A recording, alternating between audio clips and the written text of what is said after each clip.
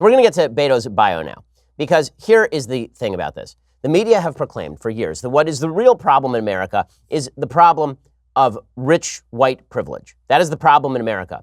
So it is good to know that finally, for the first time in a long time, a rich white man growing up in a rich, powerful white family and marrying a very rich white woman and spending years playing in a punk rock band uselessly can also be president of the United States. And that's good. America has grown, guys. You got that? A rich white guy who married a rich white lady and has run for office and failed in an attempt for Senate. Finally, a person like that can be president of the United States. Slow clap, America. Well done. It's going to be fun to watch as all the intersectional Democrats in the media suddenly embrace Beto O Rourke, who is presumably the least intersectional candidate of all time, a man who calls himself Beto, but who is whiter than I am by a long shot. So let's go through who is Beto O'Rourke. Who is Beto O'Rourke? So, Beto O'Rourke is a fellow who was born in El Paso, Texas, to an extraordinarily powerful family. So his father was, in fact, a powerful local Democratic politician. His father was named Pat O'Rourke. He was nicknamed Beto in infancy because he grew up in El Paso. His mother was the stepdaughter of the former Secretary of the Navy under President John F. Kennedy, and his dad served as county commissioner and county judge. Pat O'Rourke was also a close associate of the Texas governor. So obviously, Beto grew up in very difficult circumstances. Now, little Beto was growing up really on the rough streets of El Paso.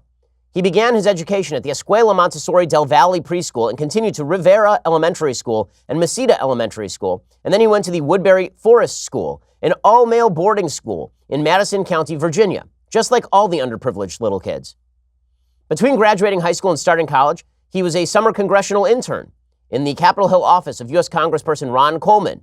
Then he went to Columbia University, where in junior year he captained Columbia's heavyweight rowing crew. I mean, is this an intersectional inspiring story, or is it an intersectional inspiring story? He graduated with a BA in English literature, which means that he was qualified to be a professional useless person, which, fortunately, is a job he has fulfilled. Well, he's also been arrested a couple of times, but he's been arrested for cool kid stuff, right? Cool kid stuff so long as you happen to be well-connected. So he was arrested back in 1995 for breaking into the University of Texas El Paso campus. He was arrested for burglary. His misdemeanor was then waived. And of course, as everybody knows, he was also arrested in 1998 for a misdemeanor DWI after he was driving so drunk that he actually crossed the median line and crashed into somebody apparently head on and then fled the scene of the arrest. So Beto O'Rourke, really making the most of his youthful opportunities. His dad, by the way, had his own political issues as well. His father apparently was, in 1983, sheriff's deputies installing a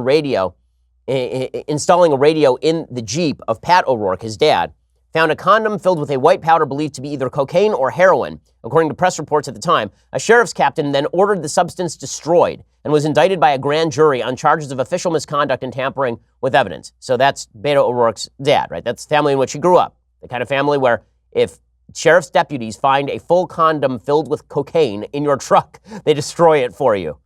Clearly, Beto was on a path to self-made success.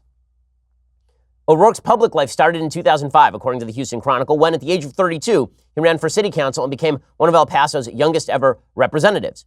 That was the same year he married Amy Hoover Sanders. Amy O'Rourke was an educator and charter school executive. She is a constant presence at his Senate campaign events.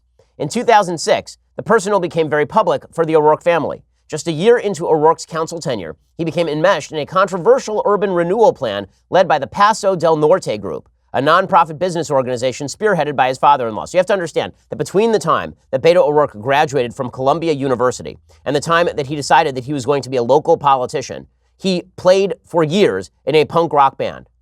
So his great claim to fame is that he didn't need money enough that he could actually afford to blow several years running around the country playing in a crappy punk rock band. He also worked as a live-in caretaker and an art mover. He's basically Justin Trudeau. Justin Trudeau, the Canadian Prime Minister, grew up extraordinarily privileged, extraordinarily wealthy, and then was best known for being like an elementary school PE teacher and then became Prime Minister because he was handsome Bernie Sanders. That's basically Beto's shtick. So O'Rourke worked as a nanny and an art mover before working for an internet service provider, and that's when he started talking about how he didn't know what he wanted to do with his life, man. Just would brood. I would just sit there and I'd brood. Remember several weeks back, there was an entire New York Times article about Beto's brooding, how he was brooding now, just like he brooded then.